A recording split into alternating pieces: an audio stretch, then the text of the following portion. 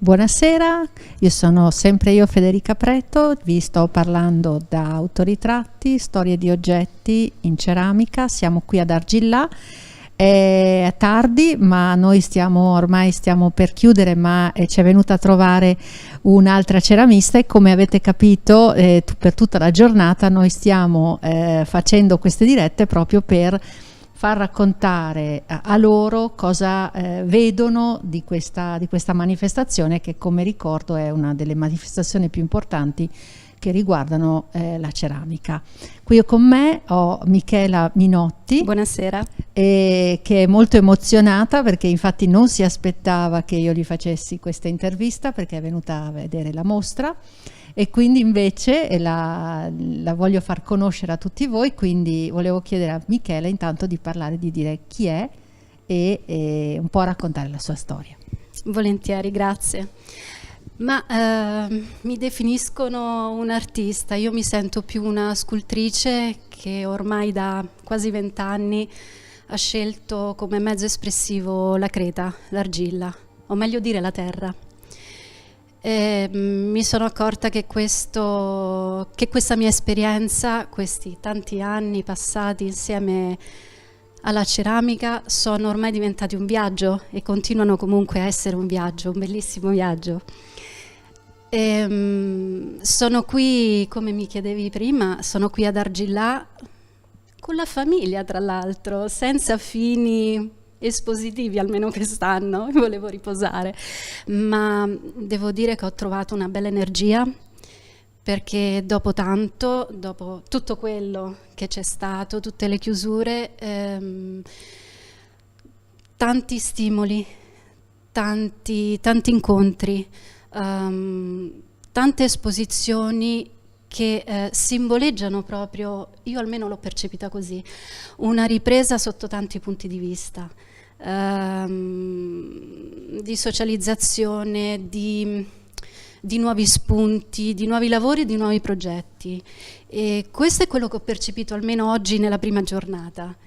E credo che insomma domani sarà veramente un piacere andare a ripercorrere un po' queste strade e a visitare le mostre, quella quarantina di mostre che ancora mi manca in programma. Perché diciamo che sono pieni, ci sono la parte del mostramercato dove ci sono circa più di 213 espositori e poi da tutto il mondo, perché dobbiamo pensare che questa è una mostra mercato a livello internazionale e poi ci sono le mostre collaterali, quindi tutti gli eventi collaterali, tra cui noi siamo inseriti anche nel percorso e negli eventi come si chiama di Argillà Off, proprio quindi il fuori Argillà. È vero, è stata una bella sorpresa incontrarti, vedi? Un fuori programma anche questo. Un fuori programma, esattamente, sì. Perché io con Michela ho lavorato nel 2018 ormai. Sì, ormai. Abbiamo lavorato assieme a Montelupo Fiorentino. Esatto.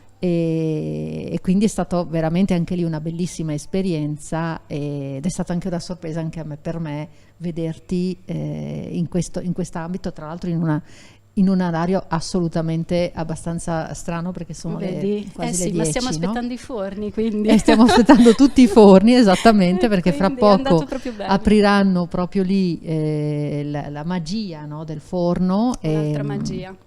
E quindi effettivamente oggi c'è stata la gara dei tornianti. Esatto. E quindi è veramente una cosa molto bella da vedere, quindi invito chi ci sta ascoltando e vuole passare una domenica diversa di venire qui ad Argillà e venire a passare anche da noi. Qui ci troviamo in via Giuseppe Maria Emiliani 2. Siamo un po' fuori rispetto al circuito di Argillà, però comunque è bello anche perché siamo all'interno del centro storico. Il centro storico di Faenza è molto bello, quindi ha dei palazzi veramente interessanti. Qui siamo in una ex abitazione di uno scenografo, quindi ci sono delle magie da scoprire anche qua.